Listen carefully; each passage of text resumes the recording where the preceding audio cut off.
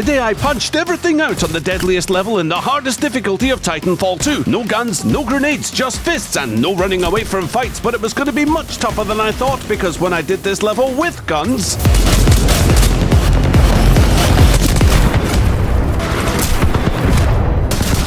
Pilot, your heart rate is accelerating.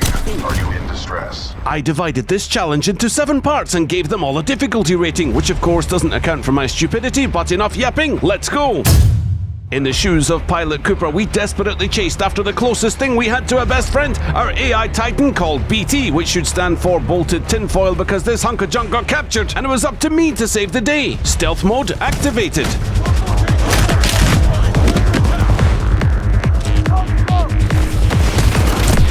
Almost dead already, but my cloaking device would give me the edge I needed.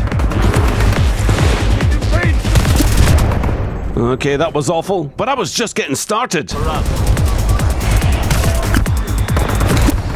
What difficulty did I say this bit was? Like 2, 3 skulls? Yeah.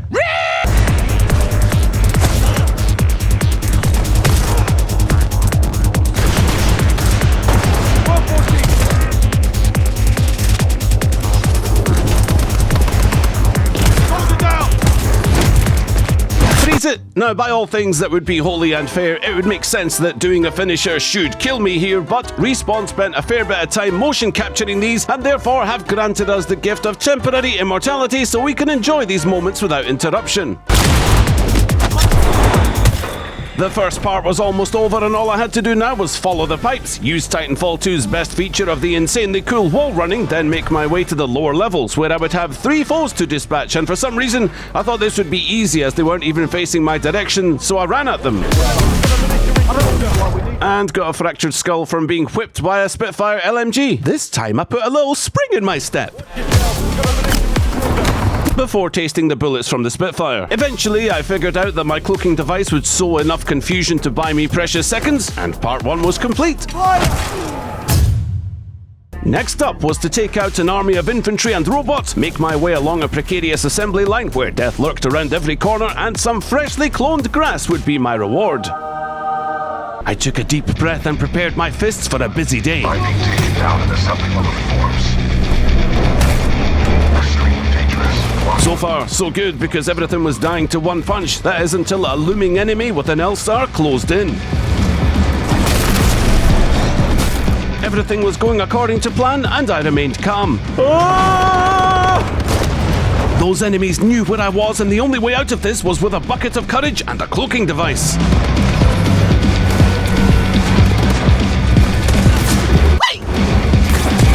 The temptation to pick up that LMG and unload it into those enemies almost overtook my will to do this challenge, but I was about to have bigger problems.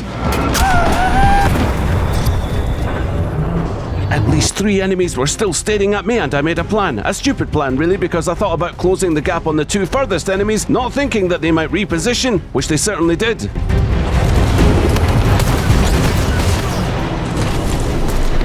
This could still work, as I now had some cover to hide from gunfire. All I needed to do now was...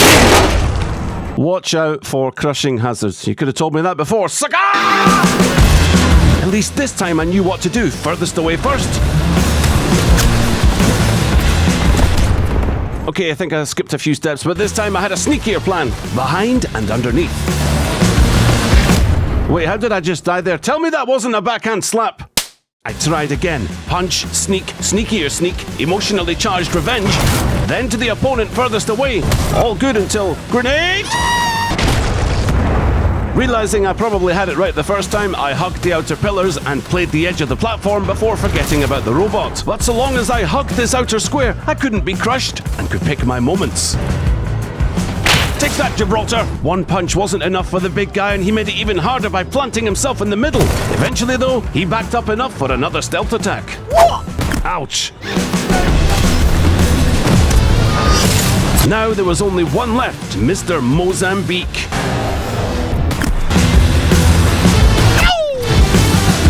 All enemies cleared, I made my way to the platform, and it was time to ride the assembly line and finish this part by touching that grass. I could almost smell it. I guess the order would have to do. I didn't want to get crushed, so made a beeline for the infantry.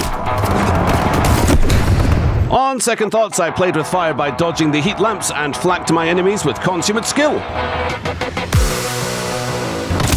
Apparently these soldiers were experts in the peekaboo business, and now everyone knew where I was, which meant I went into the risk-taking business.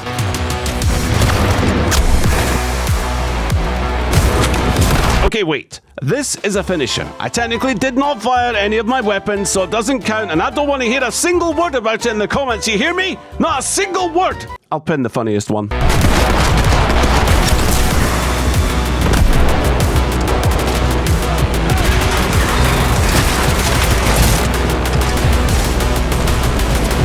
While running back and forth, I began to feel like an absolute boss. Right, see that surprised expression on his face? It's because of this. Yeah, I missed, alright? Deal with it!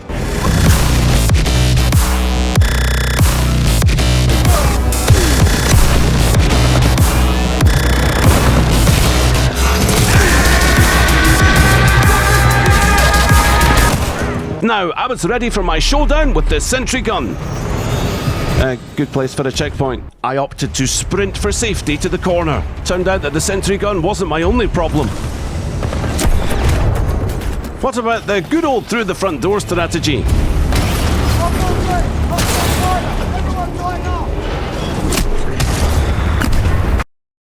I then realised that so many enemies were behind the sentry gun, so made a run for it to close the gap, only to realise that the Spectre robots were roaming around with the infantry, and I was about to find out just how much trouble I was truly in.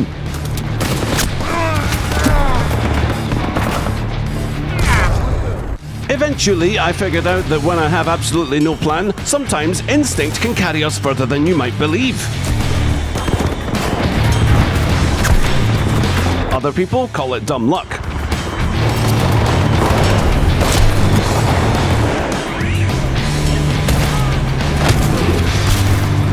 This corridor was a dead end, and if I could just survive until my invisibility was back up, there was still a way that I could emerge victorious.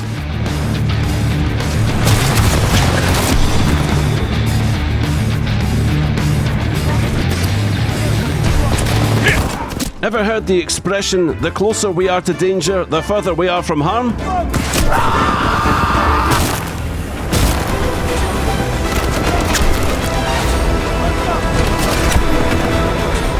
The remnants of the sentry gun's guards were all that remained, and I simply needed to clean up, which is a good time to point out that yes, I did in fact miss the huge dude with the energy barrier just staring at me, so what did he do? He threw a grenade. Lucky me. Kinda. Down to the last enemy now, who almost one-shot me, so a fitting end would be to introduce him to my size 10 boots. Part 3 was complete.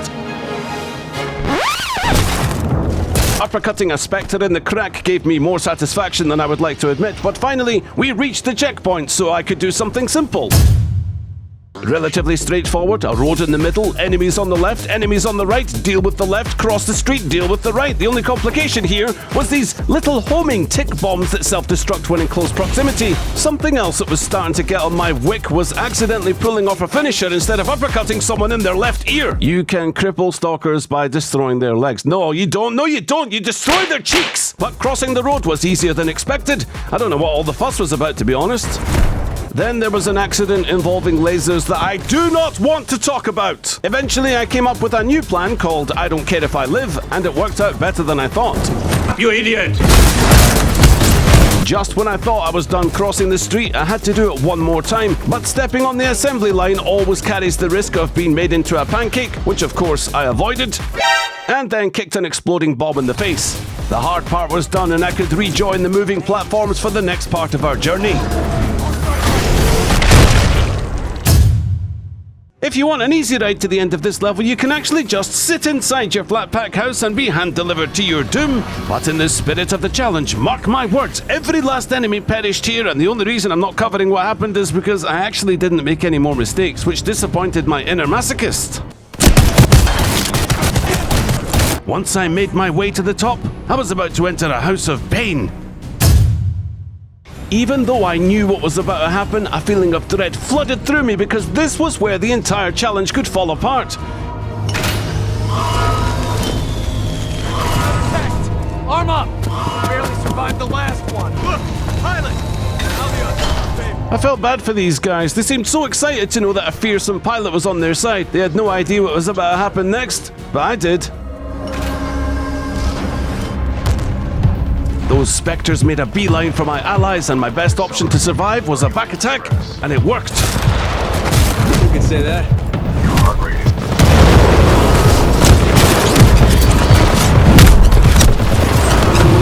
is... Until it didn't. Well, so long as I didn't miss any more punches, we'd be fine. Okay, apparently this was asking too much, and the worst was still to come. That big Mama Reaper pounded most of the militia with one blow, and I was supposed to box that thing! I needed to come up with a plan, and fast, but first, I wanted to see just how strong this Reaper really was. He didn't even notice, so I went back in for more, but of course, he turned around. The Reaper's double laser rockets were terrifying, but as soon as they stopped, it was time to work. Out in the open was out of the question too, but up close and personal was brutal.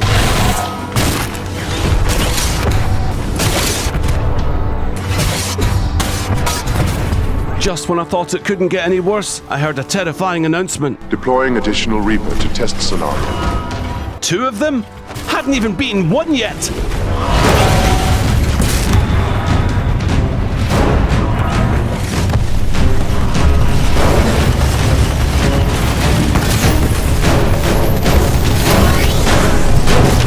One down. Now it was time to use the buildings to my advantage. I didn't know what the checkpoint was if I died, so that might mean having to destroy both of them in one life. I had to survive here, or this challenge was probably over. Objective: destroy the militia pilot. Oh well, probably isn't a certainty, so I went again. On one hilarious occasion, when the second Reaper spawned, there was an argument within the family. I then found out just how many tick bots a Reaper has inside them. Eventually, I punched the first Reaper until it exploded out of boredom and fled the open ground to see if there was an appropriate way to cheese this second boss. So came up with a little Tom and Jerry plan where Tom the cat would chase Jerry the mouse into a little hole and get kicked in the face. But that's when I realized that tick bots don't just hurt pilots, they hurt Reapers just as much.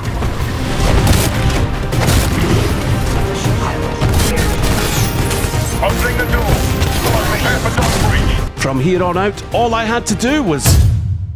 If there was ever a time where enemy aiming felt unfair on this difficulty, it was now. Edging towards the exit, the danger was worse than ever because there was a small army guarding the only way out. I thought that perhaps I could lure them to the back of the map with a bit of incentive. Had it worked? I wasn't sure, but peeking to find out almost proved fatal. Good news followed because it turned out that a couple of the Spectres had broken rank. Okay, make that 3. At least it took me back to the... Oh no.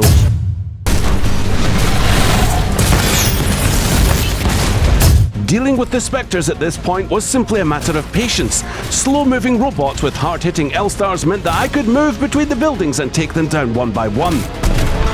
I made another attempt out in the open, but the formation of these enemies was still too risky. Trying the other side, the realization that more had gotten behind me almost undid all of my hard work. Finally, I made my ascent to the platform to get out of here and...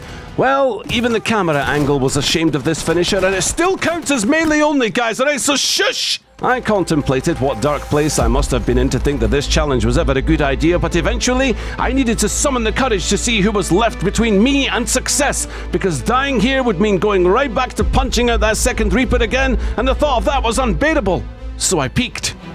1 Gibraltar, 1 Spectre, and at least 2 infantrymen that I could see, but then the Spectre saw me.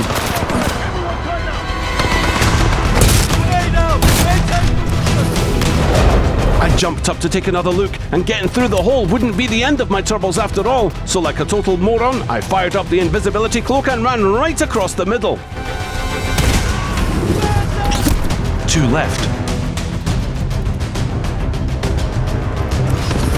I see it! Over there! Then it was just me and Gibraltar, and whoever else was behind that hole in the wall.